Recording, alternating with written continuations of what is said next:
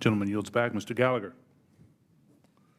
Thank you, Mr. Chairman. Thank you for allowing me to join this hearing. I really appreciate the witness's testimony.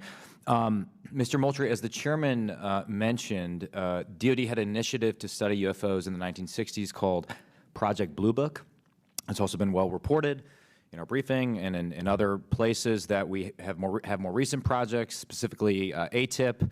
Could you describe any other initiatives that the DoD or DoD contractors have managed after Project Blue Book ended and prior to ATIP beginning? Did anything also predate Project Blue Book? So I can't speak to what may have predated Project Blue Book. I mean, of course, there's Roswell and all these other things that people have talked about over the years. I'm familiar with Blue Book. I'm familiar with ATIP. I haven't seen other documented studies that have been done by DoD in that regard. So you're not aware of anything in between Project Blue Book and ATIP? I'm not aware of anything that's official that was done in between those two. Okay. Hasn't been brought to my attention. Okay.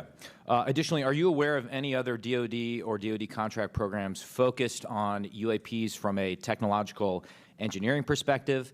And by that I mean, are you aware of any technology initiatives focused on this topic other than initiatives focused on the individual case investigations? I am not aware of any contractual programs that are focused on anything related to this other than what we are doing in the Navy Task Force and what we are about to launch in terms of our effort.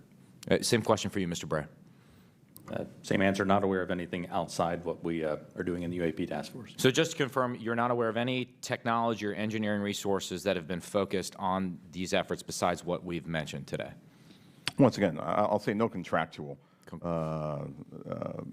or programmatic efforts that are involved. And the reason why I qualify it that way, let me qualify it that way. I can't speak to what people may be looking at in the department. Somebody says, I'm looking at something that may be unidentified, and I can't speak to that. I speak to official programs that we have on the record. It's also been reported that there have been UAP observed and interacting with and flying over sensitive military facilities, particularly, and not just ranges, but some facilities housing our strategic nuclear forces. One such incident allegedly occurred at Malmstrom Air Force Base, in which 10 of our nuclear ICBMs were rendered inoperable. At the same time, a glowing red orb was observed overhead. I'm not commenting on the accuracy of this. I'm simply asking you whether you're aware of it and whether you have any comment on the accuracy of that report. Let me pass that to Mr. Bray, if you've been looking at UAPs over the last 3 years. That data is not within the holdings of the UAP Task Force. Okay, but are you aware of the report, or that the data exists somewhere?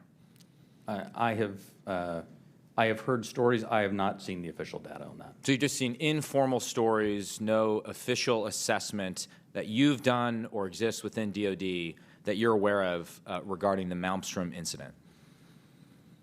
All I can speak to is what's within my cognizance of the UAP Task Force, and we have not looked at that incident. Well, I would say, it's a pretty high-profile incident. I don't claim to be an expert on this, but that's out there in the ether.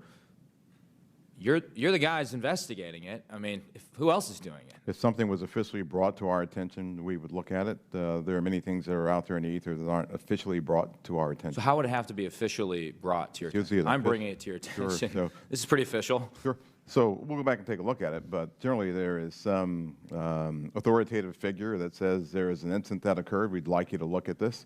But in terms of just tracking what may be in the media that says that something occurred at this time, at this place, there are probably a lot of leads that we would have to follow up on. I don't think we have resource to do that right now. Well, I don't claim to be an authoritative figure, but for what it's worth, I would like you to look into it. And sure. If for no other reason, you could dismiss it and say this is not worth wasting resources on. Will do. And then finally, are you aware of a document that appeared around 2019, sometimes called the Admiral Wilson Memo or EW Notes Memo?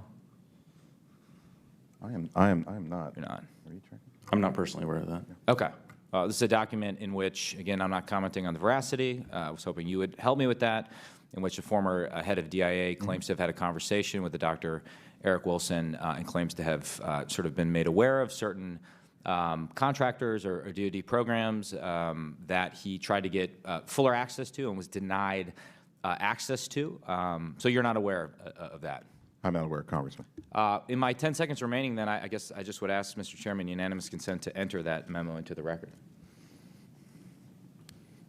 Without objection. Thank you, Mr. Chairman. Appreciate it.